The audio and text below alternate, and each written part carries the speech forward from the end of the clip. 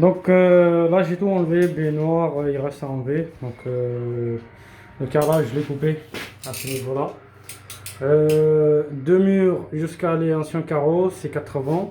Parce que je vais retirer le baignoire et je vais mettre une bac à douche de 80 x 140. Donc j'ai retiré le carrelage maintenant. Il reste juste à faire les coups de nettoyage au niveau de l'ancien col. Parce qu'après, alors on a deux choses à faire ici là. On va changer la colonne en fond. Juste là, il est tout pourri, il y a une fuite au niveau de la culotte. Après, la baignoire va se virer, donc on aura certaines modifications à faire au niveau du cuivre. Jusqu'à là, on va sortir avec les GCU, tout ça là. Donc, prochaine étape, c'est de faire le nettoyage des murs. Une fois que le nettoyage des murs c'est terminé, puis après, voilà, on va commencer à attaquer la colonne. Donc là, on a réussi à retirer le bout de un Y là. On appelle une culotte. On a réussi à retirer proprement sans casser l'ancien boiture qui se trouve dans le sol. Donc là j'ai mis une tampon caoutchouc. Ça c'est pour lavabo, ça c'est pour la douche. Et là j'ai coupé les attentes là d'eau chaude d'eau froide. Donc là on a tout préparé, on a préparé la longueur. Par contre c'est ça que je voulais vous partager. Ça c'est mon astuce à moi que j'ai fait là. J'ai jamais vu ça quelque part que les gens ils le font ça. Et il me semble que je suis le premier à faire ce truc-là. Parce que là, j'ai mis un JD, on appelle une manchette de réparation, un 110, PVC 110.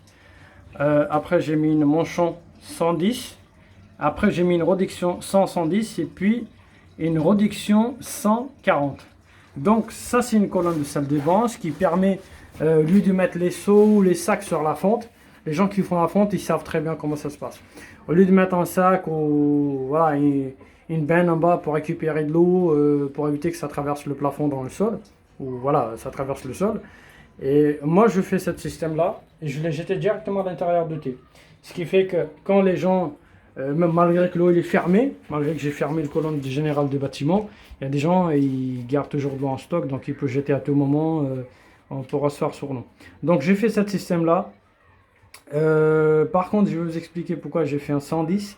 Parce que l'épaisseur à l'extérieur de fente diamètre 100, le fente, son épaisseur à l'extérieur c'est 110. À l'intérieur c'est 100. Donc, pour récupérer cette épaisseur, je suis obligé de passer en PVC 110. Parce que dimension de PVC 100 et la fente en 100, ce n'est pas du tout pareil. Donc, voilà ce que j'ai fait de ce système. Et n'oubliez pas de mettre un collier 100. 110, voilà pour la fente. Donc là je vais concer la longueur fente SME là. Et après j'ai plus qu'à mettre la coulisse. Donc je vais vous expliquer vite fait parce que tout ça va se passer dehors de caméra. Donc je vais retirer la longueur de PVC que je l'ai mis tout en haut. Et il y a un joint caoutchouc au niveau de JD là. Donc il suffit de juste forcer un petit peu et ça sort. Là vous entendez le bruit. Voilà. Là, ça part même avec la pression. Je sais pas, mais je peux pas vous montrer, mais bon, voilà, moi je vois tout. Donc, voilà, ça c'est un avantage que les gens, ils ont beau à faire les sacs ou les bennes en bas de la fonte, et quand il y a de l'eau, à un moment donné, on peut plus tenir les seaux, on peut plus garder les bennes, donc il faut que ça soit évacué. Donc ça c'est un système que j'ai inventé. Ça marche très bien. Et essayez vous aussi les gens qui font la fonte.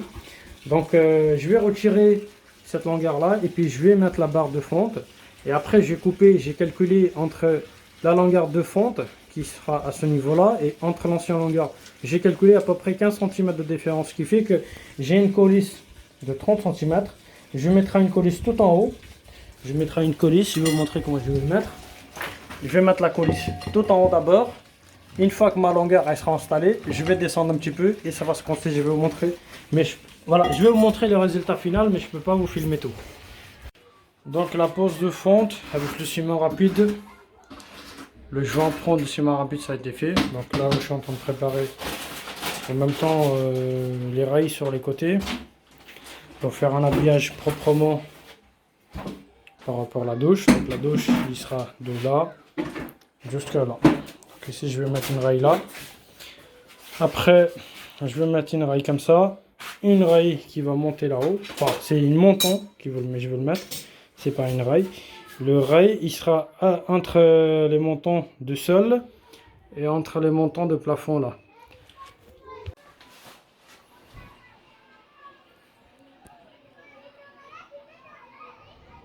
Donc la préparation de placo bientôt terminée. Là j'ai fait des soudures en cuivre pour le mitigeur. Donc là je suis en train de préparer du placo. J'ai fait 2 cycloches par rapport au mitigeur. Et là le troisième trou que je suis en train de faire, c'est par rapport au PVC qui est tout en bas là. Après il suffit juste de fixer tout en haut avec les vis à placo.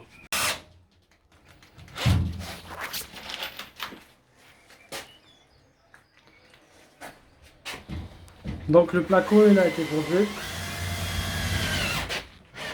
Les trous de mitigeur que j'ai sortis à l'axe, ils sont sortis par rapport au PVC tout en bas. Donc là on est en train de faire vis à placo. Alright, ça c'est bon.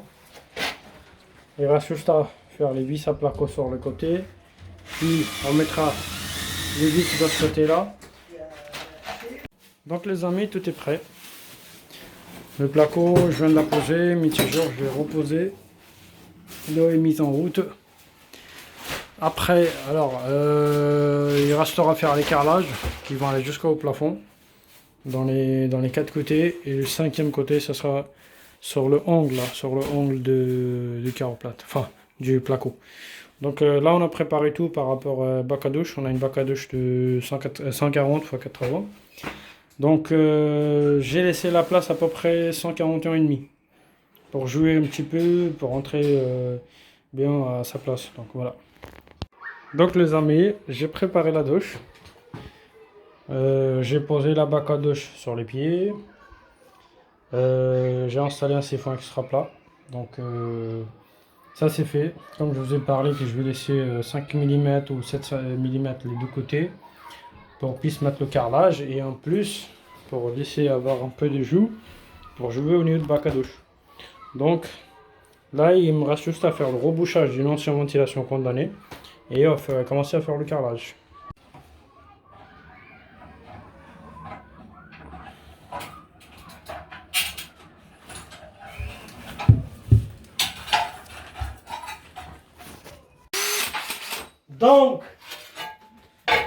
Donc voilà le carrelage.